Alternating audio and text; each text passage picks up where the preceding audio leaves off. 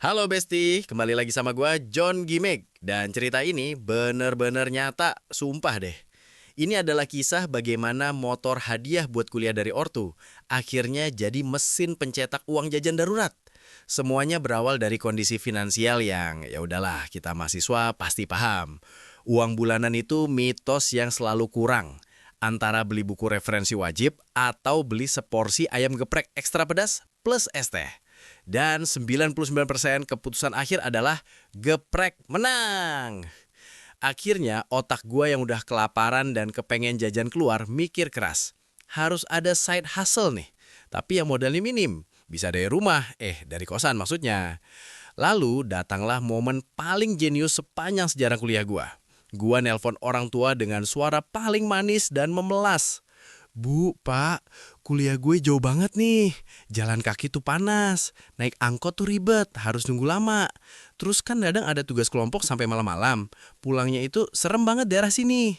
Minta motor bekas aja boleh, Pak.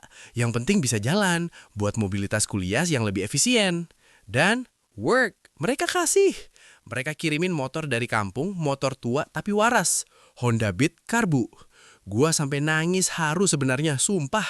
Rasa bersalah dan senang itu campur aduk. Tapi semua air mata itu langsung menguap pas motor itu sampai di depan kosan.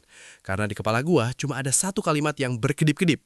Ini bukan motor, Brand. Ini adalah startup. Ini adalah akun ojol beroda dua yang siap menghasilkan. Proses daftar ojol itu sendiri adalah petualangan. Hari pertama semangatnya kayak mau masuk dunia profesional. Download app ojek online, upload foto KTP yang agak buram, motret motor dari segala angle sampai dapat angle yang bagus. Pas verifikasi dan akunnya aktif, bro, rasanya aduh luar biasa. Gue merasa seperti baru saja membuka toko sendiri. CEO dari John Transportation Services, berdiri sejak 2023. Dan tak lama, pling, order pertama datang. Hey, antar makanan 3 kilometer, resto ayam geprek. Gaspol, tanpa pikir panjang gue langsung gaskan kayak cowboy. Sampai di resto, orderannya adalah 2 cup ice cream vanilla. Ya Allah, ini cuaca lagi panas terik, Jakarta lagi 34 derajat, jalanan lagi macet parah di daerah Kemang. Dan tas yang gua bawa cuma kantong kardus biasa. Itu adalah perjalanan paling panas dan penuh tekanan dalam hidup gua. Gua kayak kurir khusus ice cream leleh dengan misi mustahil. Sampai di lokasi customer, tangan gua basah keringet dingin. Pas diserahin, es krimnya udah berubah jadi vanilla milkshake. Untungnya cewek yang terima baik banget. Dia malah ketawa dan bilang, "Wih, jadi milkshake nih. Thanks bang."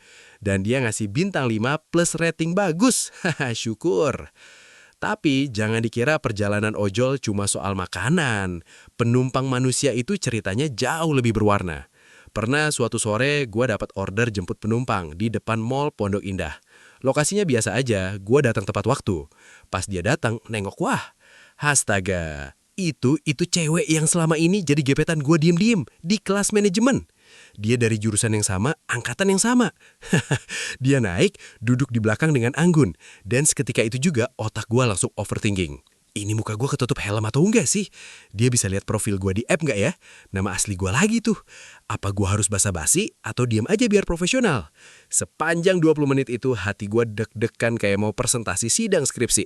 Gue cuma bisa fokusin mata ke jalan, tapi semua indera gue aware banget dia ada di belakang.